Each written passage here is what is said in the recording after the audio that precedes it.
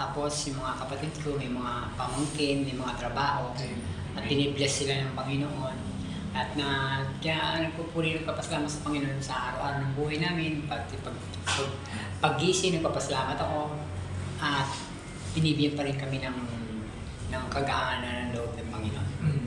Salamat sa Diyos. Amen.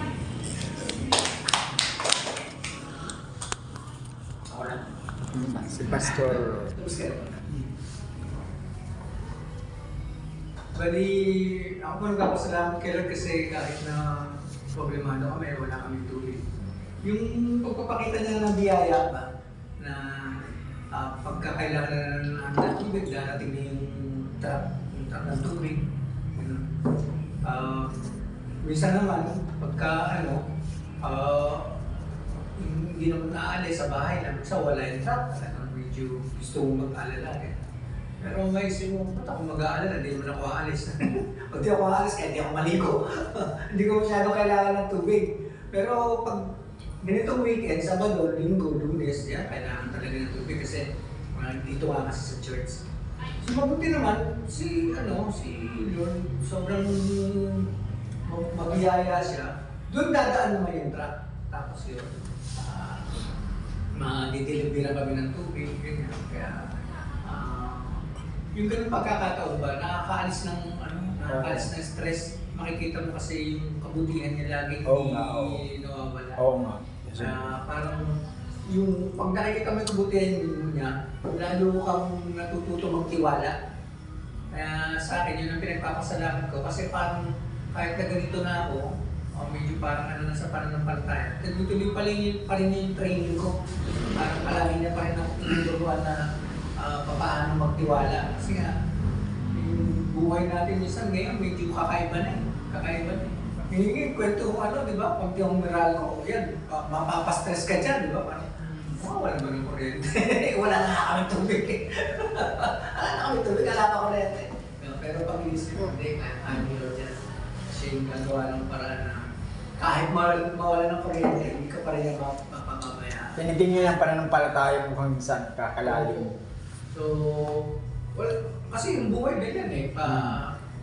Kung kayo hindi naranasan yung hirap, yung nasabi na halimbawa yung gano'n, kami yung natuturuan. Kami yung nakakadanas ng grasya niya na bigla na lang yung pabor, darating na kahit na hindi ka naman talaga, hindi ka naman deserving, parang gano'n. Pero nandun pa rin yung pabor. So, mabuti si Lord sa buhay. Ang hirap kung tinitin niya ako tinuturuan siguro na parang yung buhay na ito medyo alanganin talaga. Ang hirap magtiwala sa gobyerno, sa mga makeup humahawak ng mga bagay na inaasahan natin ng pang-araw-araw. Paano kung tayo magtitiwala pa? Mas parang yun nga, may stress ka, magkakaroon ka na ng parang worry nga daw, anxiety, sabi nga sa pag-aalala.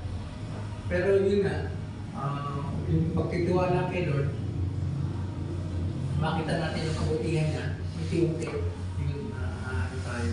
So, sa akin, sa ganung kaparaanan, sa ganung mga experience sa panahon ngayon, nagpapasalamat ako kay Lord na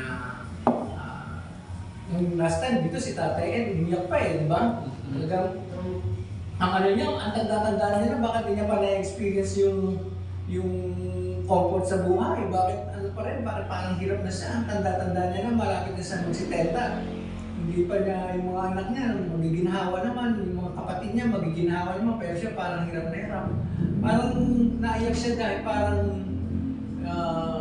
sa kanya, pag na-Lord ka, parang dapat medyo blessed ka. Diba? Pinagpala ka. Pero hindi ganoon si Lord. Si Lord, mas ano niya yung tiwala. Diba? Sabi sa Hebreo 11:6, ikinatutuwa ng Panginoon yung tiwala ng mga tao. Na the Lord is pleased dun sa ating faith. Yun ang ano niya. Mas gusto niya yung nakikita niya yung mga anak niya tayo. Yung tiwala, lumalakas.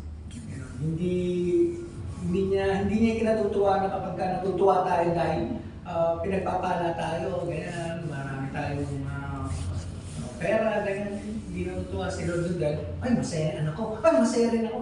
Hindi yun. Ang kinatutuwa niya pag yung anak niya nagtitiwala. Aside sa relative. Pero, yun nga, dumadaan tayo sa mga stage na nakikita naman ni Lord kung para doon ka na ba, o parang hindi ka pa doon. Siguro, ako nakikita na, ito ko na ito, kahit hirap ako. Bakit ako? Ang dami-dami na akong tao dyan. Sino kaya mahirapan mo, Lord? Yun ito yung bagay na ganyan, pinaparanas sa na papakita ng patuloy na pagmamahal niya, butihan niya. So, pag tinitingnan naman natin lahat ng mga tao sa mga bayani ng Panginoon, dumaan naman sa si Jose, Joseph Rodrigo, si David, lumaban kay Goliath, si Moises, sinanting din ni Panao. Lahat sila dumaan sa maraming mga pagsubok. Pero nung bumawi na si Lord, yun na yung successful. Mga blessing. Kaya, matuto tayo talaga magtiwala sa ano man yung nagbibigay sa atin ng stress. Kaya natin yun yan. Mapasay. Buhay lang. Buhay lang. Pagdating naman doon sa kabila, pahinga na. Sarap na sa importante na tayo sa feeling niya. Kaya, ayun. Sa akin, ano lang siguro? Sa yung tawag sa ganun, real talk, di ba? Sabi nila, real talk. Tuturo ka ng buhay na walang hanggan, masagana sa kabilang buhay. Kaso konti problema mo lang dito, parang di ba? Parang ayaw magsimula, ang dami kong problema. Ano ka ba? Parang ano mo, langit ka ng langit. Pagka tumaka ng konting impyerno sa lupa, sumusubo ka na kagad. So, real talk lang. Kung ano talaga yung parang pagkakilala natin, pag dito sa lupa, dinanas natin, tanggapin natin. Tapos, tiwala lang kayo. Dahil hindi naman siya nagkulang. Antayan, di ba? Di ka nagkulang. Kahit kayo. Hindi na akong pati. Pero pastor, yung dinideliver sa inyong tubig, malinaw naman. Malinaw naman, may bayad lang. Yung isang drum, 150. Ha? Mahal. Kaya sa isang araw, 100 plus 4 times, halimbawa 4 times a week, 100 plus, magkano yun? Hindi pa lang sa malaki ng bayaran. Nung 600. pagkakuha ko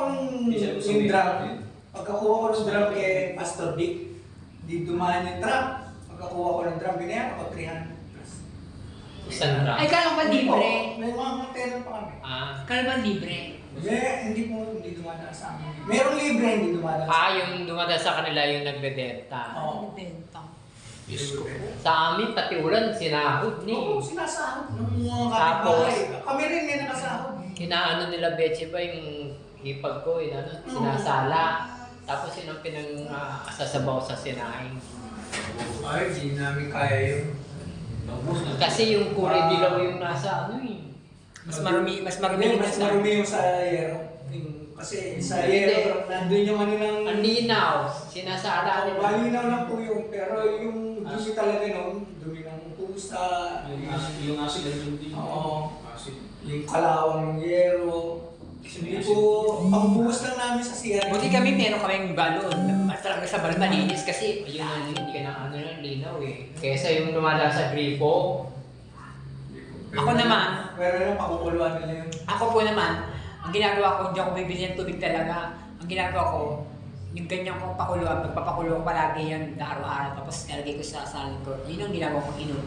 iniinom ko. Okay naman, di naman sumasaktan yung tiyan. Ako naman, yung aqua tab. Lagay kong Di mas maganda pa talaga pa. Bumababa yung dumi, tapos unti-unti mong gaganon sa picture na. Kahit kailan di sumakit tiyan ko, pag pinapakulong ko lang. Ayun ang galing doon sa friso. Nasaling yung po sa mga yung telang puti na malinis. Yung ginagawa ng asawa niya, si Sister Sen. Para ng sala. Sala. Tapos pag dumumi na, lalaban lang. Tapos kalumi na. Sa tubig ko lang yung ginagawa. Ano yung mineral? Kasi natataka ka rin dyan sa mga mineral na yun.